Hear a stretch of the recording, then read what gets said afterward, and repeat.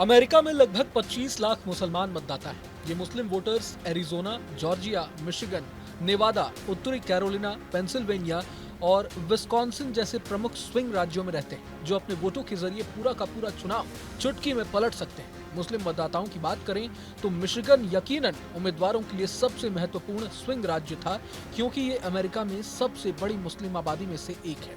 इसलिए ट्रंप और हैरिस ने मिशिगन में कड़ी मेहनत भी की थी, लेकिन आखिरकार मुसलमानों ने खेल कर ही दिया। अमेरिकी राष्ट्रपति चुनाव में डोनाल्ड ट्रंप निर्विवाद विजेता बनकर उभरे हैं, वहीं कमला हैरिस को करारी हार का सामना करना पड़ा। माना जा रहा है कि ट्रंप की जीत में अमेरिकी मुसलमान वोटर्स का बहुत बड़ा हाथ है।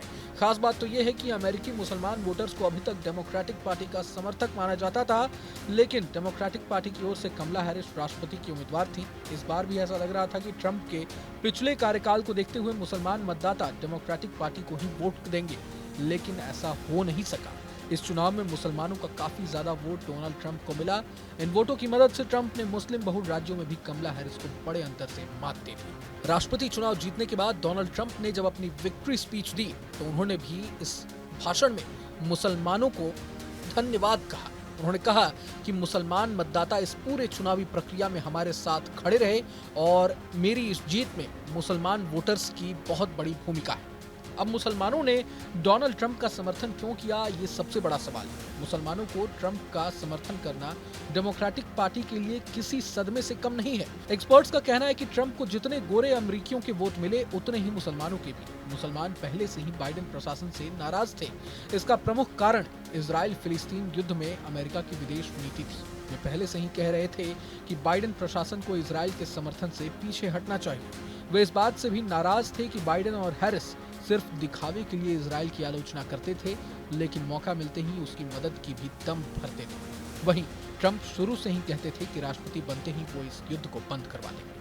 अमेरिकी मुसलमान वोटरों का कहना था कि उन्होंने पहले डेमोक्रेटिक पार्टी को वोट दिए, लेकिन वे अब भरोसा खो चुके हैं। उन्होंने तर्क दिया कि डेमोक्रेट के पास मध्य पूर्व में शांति लाने की कोई योजना नहीं है और उन्हें ट्रंप पर भरोसा है कि वे इससे बेहतर करेंगे। पहले भी ऐसे संकेत मिले थे कि मुसलमानों के वोट ट्रंप को जा सकते हैं। हालांकि पिछले पैटर्न को देखते हुए किसी ने भी इस पर भरोसा नहीं किया था। मिशिगन के मुस्लिम समुदाय तक ट्रंप की पहुंच ने हैमट्रैक और डियरबॉर्न हाइट्स के मुस्लिम महापौरों से समर्थन प्राप्त किया, जबकि समुदाय के साथ उनके नए संबंध ट्रंप के ही लेबनानी अमेरिकी दामाद माइकल बॉलॉस के माध्यम से उन्हें और अधिक प्रिय बना दिया। कमला हैरिस की एक और बात अमेरिकी मुसलमान वोटर्स को पसंद नहीं आई। हैरिस का इराक युद्ध के कट्टर समर्थक पूर्व रिपब्लिकन सांसद लिज चेनी के साथ प्रचार करने के निर्णय ने मुसलमानों को काफी नाराज कर दिया। डियरबॉर्न हाइट्स के मेयर बिल बस इससे खासे नाराज हुए और उन्होंने मिशिगन की रैली में ट्रंप के समर्थन का ऐलान भी कर दिया। यही वजह है कि इस बार के चुनाव में ट्रंप भारी बहुमत से जीतकर एक बार फिर अमेरिका के राष्ट्रपति बन गए हैं।